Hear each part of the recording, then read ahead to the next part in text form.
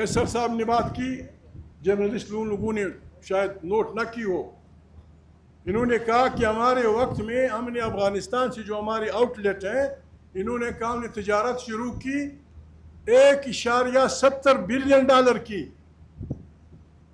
کسی نے اگر نوٹ نہ کی ہو نوٹ کر لیجئے. ان کا کہنا تھا کہ 1,70,000 بلین ڈالر کی تجارت ہوتی تھی. پتہ نہیں کتنے بلین. آج وہ ملین میں آ گئی ہے. ہمیں دکھ ہوتا ہے, یہ نہیں کہ پنجاب سے ہمارا گلہ ہے. کل ہندوستان ادھر میزائل پھینک رہا تھا, ہم ادھر میزائل پھینک رہے تھے, لیکن واگا پہ تجارت جاری ہے.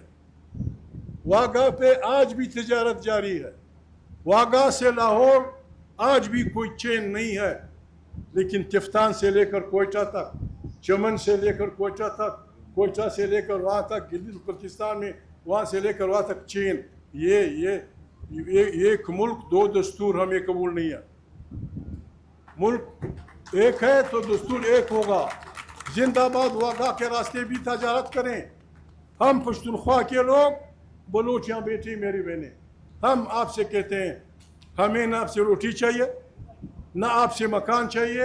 آپ صرف ہم پشتون بلوچوں کو اپنی نزدیکی ہمسائے سے تجارت کرنے دیں. ہم اپنے آپ کو بھی پالیں گے, آپ کو بھی رشوت میں کچھ دیتے رہیں گے, آپ کو بھی کچھ دیتے رہیں گے. ہمیں مت مجبور کرو کہ ہم ایک ہنستے بہترین ملک کو خرابی کی طرف جائیں.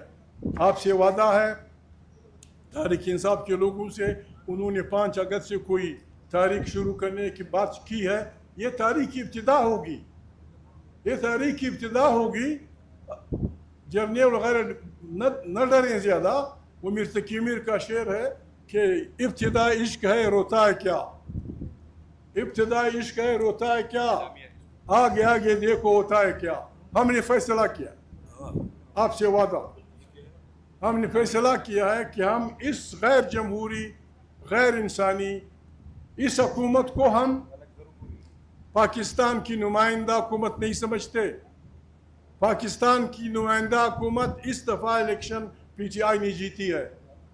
ان کی اپنی ایک کمزوریاں, ہماری اپنی کمزوریاں, کہ ہم دن بہ دن اپنی طاقت کھو رہے ہیں.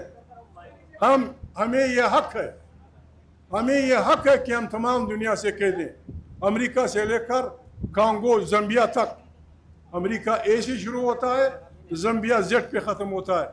ہم ان سب سے کہنا چاہتے ہیں کہ جو ملک اس ناجائز غیر آئینی غیر قانونی حکومت سے جو بھی معاہدہ کرے گا, یہ پارٹیاں, ہم اس معاہدے کی پابند نہیں ہوں گی, ہم اس کی پابند نہیں ہوں گی. ہم اپنے سرے سے ایک نئے پاکستان کی تشکیل کریں گے, ایک نئے پاکستان کی تشکیل جس میں ہمیں عوام کی اجتماعی دانش کی ضرورت ہے. ہماری بہنیں آئی ہیں, ہم ان کا شکریہ ادا کرتے ہیں. اور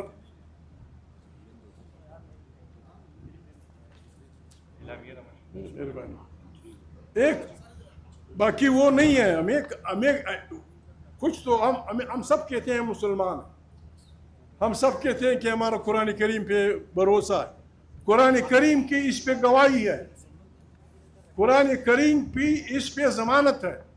اللہ تعالیٰ فرماتے ہیں کہ مظلوم اور ظالم کی جنگ میں میں مظلوم کا ساتھی ہوں.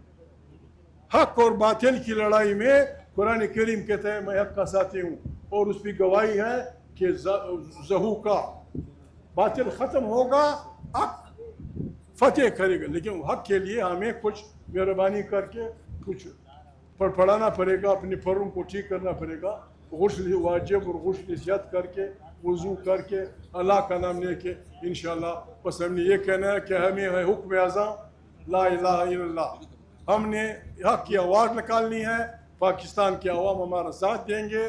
نہ ہم نے کسی کو مارنا ہے, نہ کسی سے جھگڑنا ہے, نہ کسی سے وہ کرنا ہے. لیکن جج صاحبان, خدا کے لیے جو زر اور زور کی بنیاد پہ, دہشت گردی کی بنیاد پہ قابض ہیں, جو آئین کو روند رہے ہیں, ان کے خلاف نہ تو آپ حرکت میں آتے ہیں اس قسم کی. یہ عدالتیں کون قبول کرے گا؟ ان عدالتوں کو کون ساتھ دے گا؟ ان عدالتوں کو قرآن کریم حکم کرتا ہے، حکم لا تعاونوا علی البر والتقوی ولا تعاونوا علی الاسم والعدوان. آپ خیر کے کاموں میں ایک دوسرے سے تعاون کریں اور گناہ اور جرم کے کاموں میں تعاون نہ کریں. یہ کیا ہو رہا ہے؟ یہ ملک کیا کر رہا ہے؟ لوگ بھوکوں مر رہے ہیں. جو آدمی وطن کی سے محبت کرتا ہے اس کو آپ پیٹ رہے ہیں. جو بہنیں وطن سے محبت کرتی ہیں ان کو خدا نخواستہ آپ بے عزت کر رہے ہیں. اور جو بکرا منڈی کی طرح منڈیوں میں بکتے ہیں بے عزت لوگ، معافی میں کسی کا نام نہیں لیتا، ان کو آپ نے اچھا پاکستانی سمجھائے. تم بھی جاؤ کڈے میں، وہ بھی جائے کڈے میں. ابھی